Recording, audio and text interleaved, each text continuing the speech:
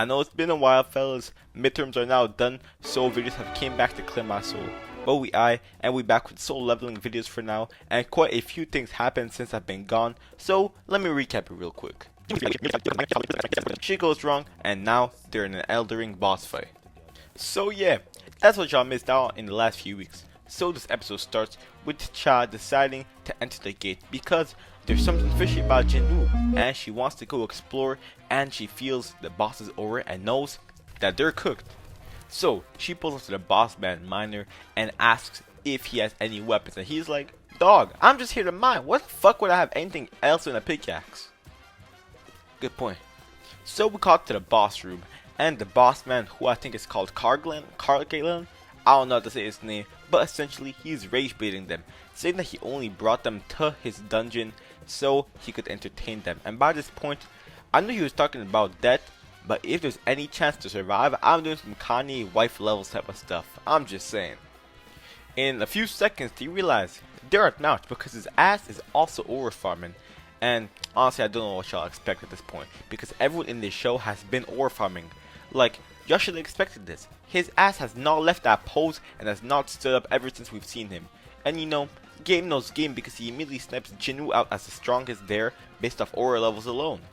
So the captain, despite being scared, attacks on, and he was the only one that tried to attack.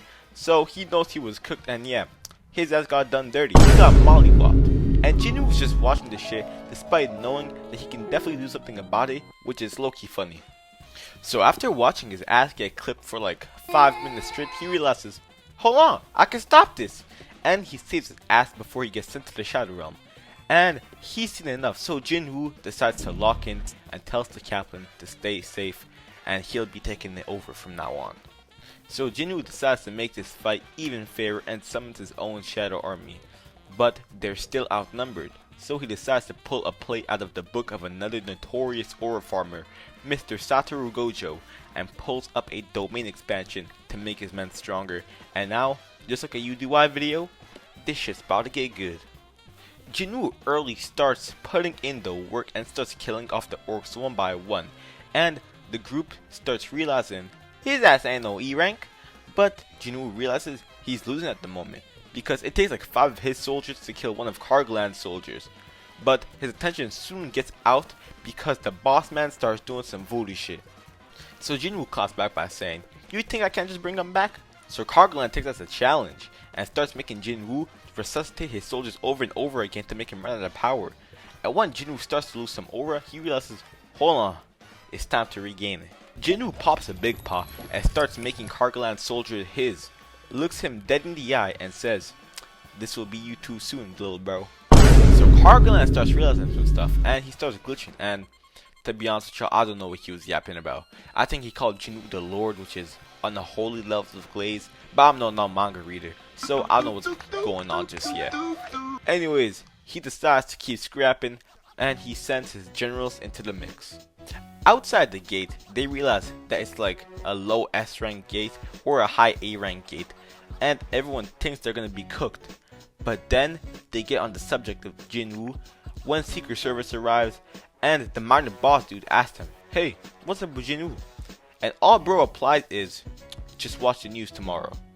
Like, dog, how is this ass gonna still aura farm even when he's not on screen? Like, I'm a hater and I hate to glaze, especially this dude. But nah, I can't lie, that's a cold ass line. Imagine someone asking who you were and someone dude just replies, "Just look on the news." But getting back on track with the scrap, that's a bar by the way. Cha walks into the room and is thinking, what the hell am I witnessing? Cause this dude is putting up a LeBron type of performance.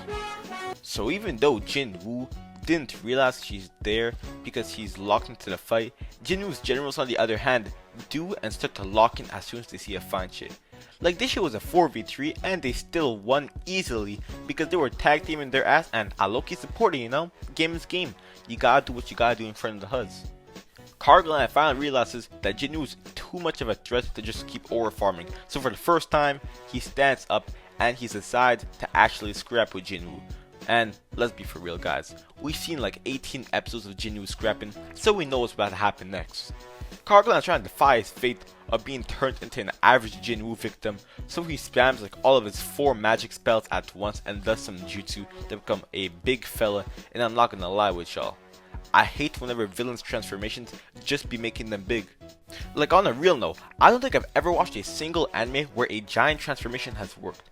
They always get their cheeks clapped after turning into a giant. Like that's the only big transformation that sort of worked out was Chopper's, and that's because he's one of the main cast, and he was still getting clapped in the new world till this day with that transformation. Anyways, like expected, Jin-woo's ass starts piecing his ass up. Like, I don't know what he was expecting, becoming a bigger target with a much faster opponent. Like, this is some Michael Chandler types of fight IQ. On top of that, bro keeps spamming the same fucking 3 spells. Like, dog, use a different move. Your army is already clapped. You're the last one left. Pull up some shit I haven't seen before. Please, impress me. Kargalan failed to do that though, and Jin-woo just trips his ass up to allow him to aura farm again by making Kargalan's generals kill him. And listen, Jin-woo, I get your aura farming, but it gets to a limit. You do not have to disrespect bro like that. Like, he for real did that shit just to be petty. I want you to realize that. And as a fellow hater, I know I'm giving him shit for it, but I approve of being petty like that. I can't lie, this was a good ass fight. The best animation I've seen all season, hands down. So I just want to give the animators their flowers, even though their ass is definitely getting overworked like a MAPPA employee. So as expected, Jin-woo adds Kargalan to his army and the CIA walks in. And Jin-woo was so invested into the fight that he forgot he was being watched, and he's trying to come up with some excuse, but the CIA comes in clutch, saying that he's their secret weapon. And these dudes have been glazing Jin-woo ever since the start of the episode, so I'm not surprised.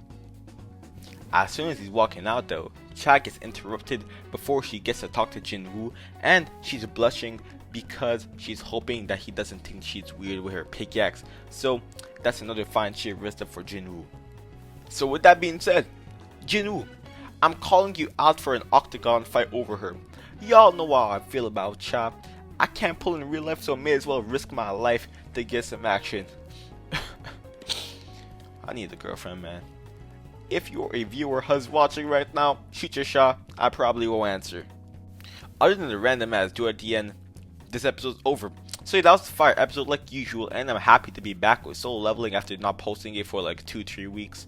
But with that being said, I love y'all. I'll see y'all next week, and bye.